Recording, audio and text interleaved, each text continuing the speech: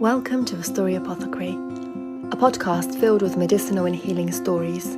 My name is Nana Timova, and I'm a storyteller and a pharmacist, and stories are medicines which I dispense. In this podcast, you will find my prescriptions of stories for the body, mind, heart and soul. So I invite you to join me as we enter the healing world of stories together.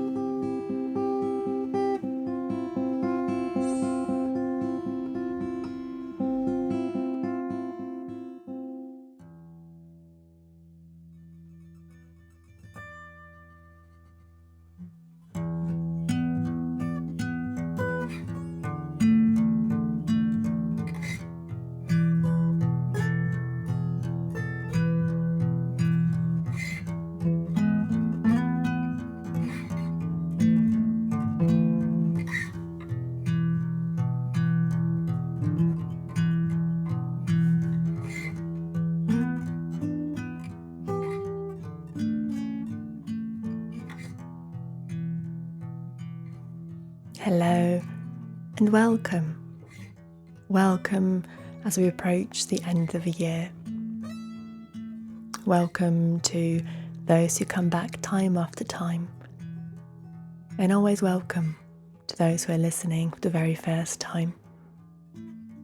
I hope you've had a good month. I wanted to leave you with a little Christmas story just before Christmas. I advise you to listen to the end. It's a Bulgarian Christmas story that does not exist in English, as far as I know, until now. So I hope that you enjoy it. It has some not very nice things that happen to some very lovely children, but I do encourage you to listen to the end. It's a very warming story. I hope that whatever you end up doing for Christmas or anything else that you celebrate at this time of year, the Winter Solstice, the longer nights, the new light that comes after the Winter Solstice, the brightening, the promise of a new spring, whoever you spend it with, I hope there is warmth, I hope there is love and laughter. Today's story is called Brother and Sister, Bratče I Sestriče, and I hope that you enjoy it.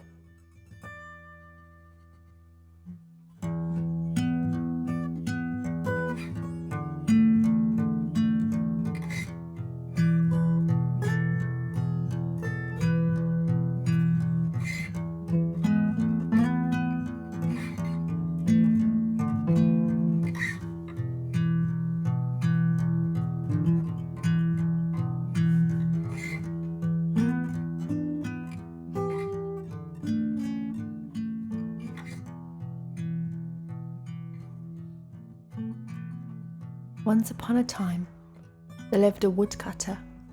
He lived with his wife and with his two children, a girl and a boy. The girl was called Elka, and the boy was called Borjo. And the four of them lived happily. They were poor, that's true, but what they lacked in money, they made up in kindness towards each other and warmth. Oh, and those children, the neighbour said, how good are those children? They were always courteous, always smiling. Never a bad word. The whole family was shining as brightly as the sun. And the woodcutter, he would chop the wood in the forest and then he would sell it on. And with the little money that he got, he would feed his family. And the woman, as it was in those days where work wasn't divided between everybody, she took care of the house and took care of the children. But one day a terrible thing happened. The mother fell ill. She fell ill from an unknown illness. She took to bed and never got up.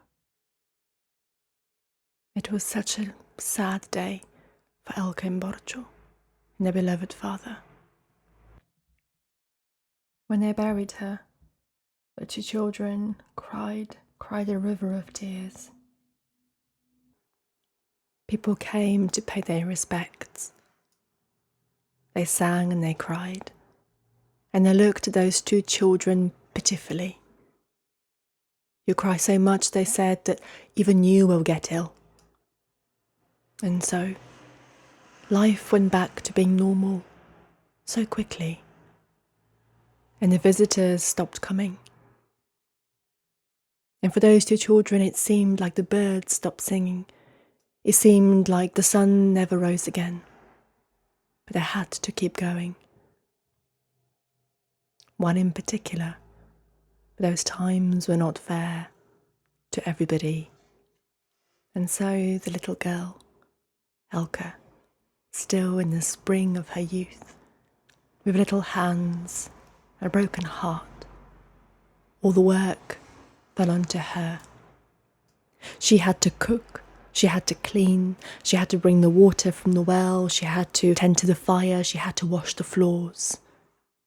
Everything on her two little hands. Everything on her little heart, who had seen so much grief. And her father looked.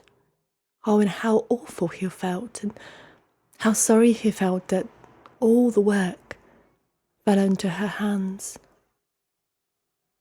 He did not think about helping. Instead, he thought about remarrying, so that somebody else would be able to take the load from her, or help out at least. He waited 12 months, and during those 12 months, his own heart went to his dear wife, who he missed so dearly. He could see her in the hair of Elke, in the eyes of Borcho, in their smiles, in their good-hearted deeds, in their kindness. But he didn't want the children to grow up without a mother. And so, after the year had passed, he remarried a woman who seemed like a good match, a woman to help out around the house, a woman to be their mother. After he had married her, he realized that she was not the woman who he thought she was, but it was too late. She was of an ugly heart. She was cruel and unkind, and she in turn hated the children, despised them, could not stand them. From the first time she laid her eyes upon them, her lip twisted upwards, her little eyes became narrow, and a mist of anger, a mist of contempt grew over her face. From that first time she laid eyes upon them, she decided she did not want to see them. She did not want to hear them. She did not want to smell them.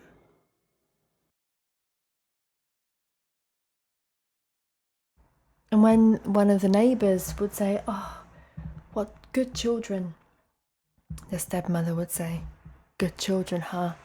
We'll see how good they are. What they're good and I'm bad, huh?" And the children would get punished. And she was horrible towards her husband, blamed him for the poverty that the family was in.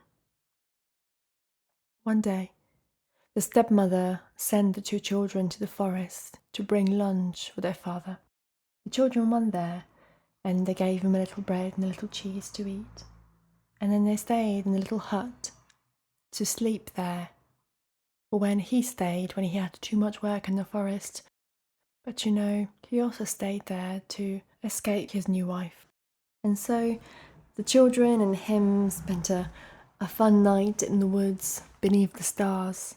It almost felt like the old times. But when they went back to the house in the morning, the stepmother was enraged and fuming. So bitter was she that wolves had eaten the 2 pigs that they owned. Now 2 pigs in those days was a big deal. This is the only livestock they had. They were very poor. A pig would be food for the whole year. 1 pig would feed a family. To lose 2, well, she was enraged beyond belief and blamed them.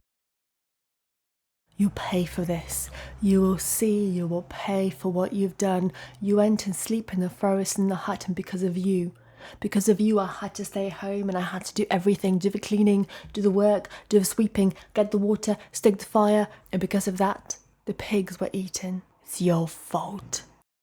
And so the stepmother took the 2 children and she locked them in the sty where the pigs had lived. She shut the door of the sty and went back home. And from that day on, the 2 children, they stayed locked in the pigsty. And the stepmother would bring food. She would bring pig's fodder. She would bring leftover food, bones, mushed, disgusting food, sometimes a day, sometimes 2, sometimes 3 days old. No fork and knife, no. They were expected to eat like pigs. When the father came home, she had told him that the children never came back, for wolves had eaten them. Oh, how the father grieved. There was nothing he could do. Now the 2 children had a little cat, little black cat, which they loved dearly, and the cat loved them also. And the little cat would go and visit them every day, and she would speak to them. And the cat would tell them everything that's been happening in the house, in the village, bring news of their father.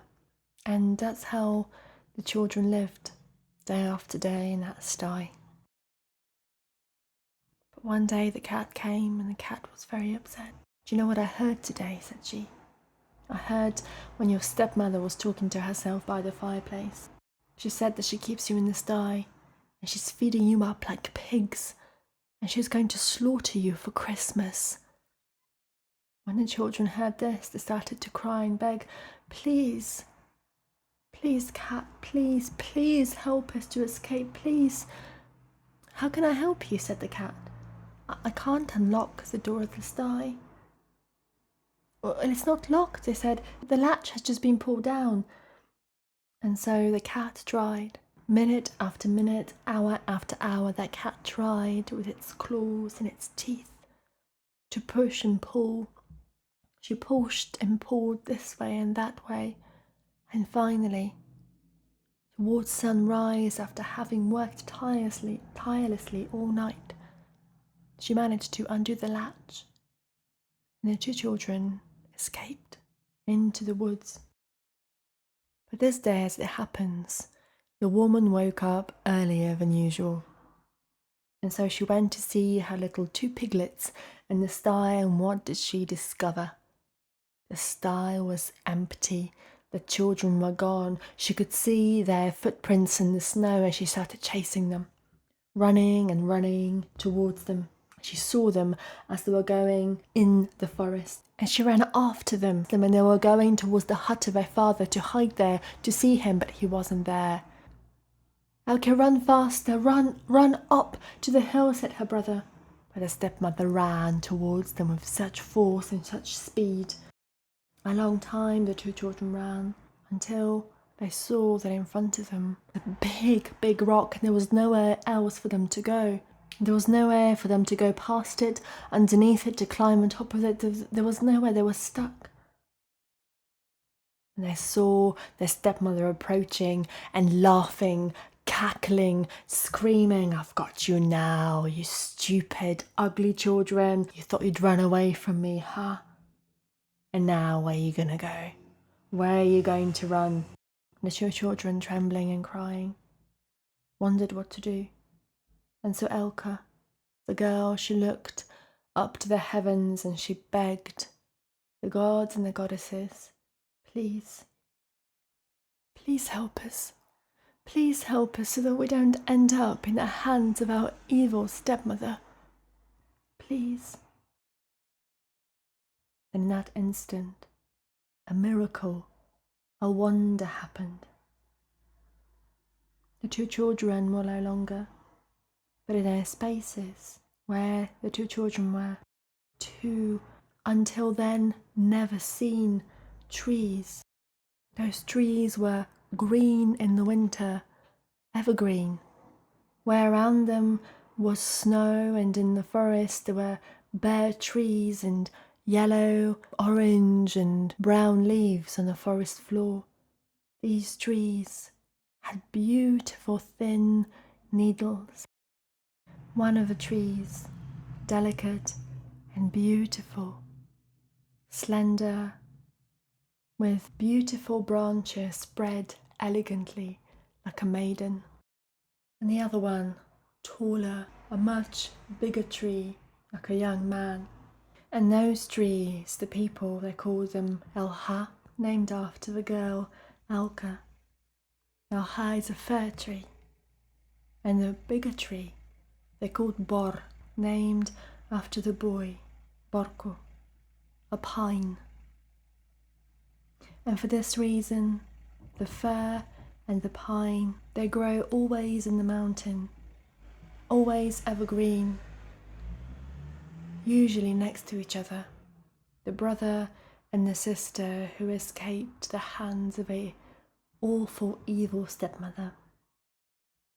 And at Christmas, people like to decorate those trees, sometimes decorate them in the woods and bring gifts, and they decorate them in the memory of the brother and the sister.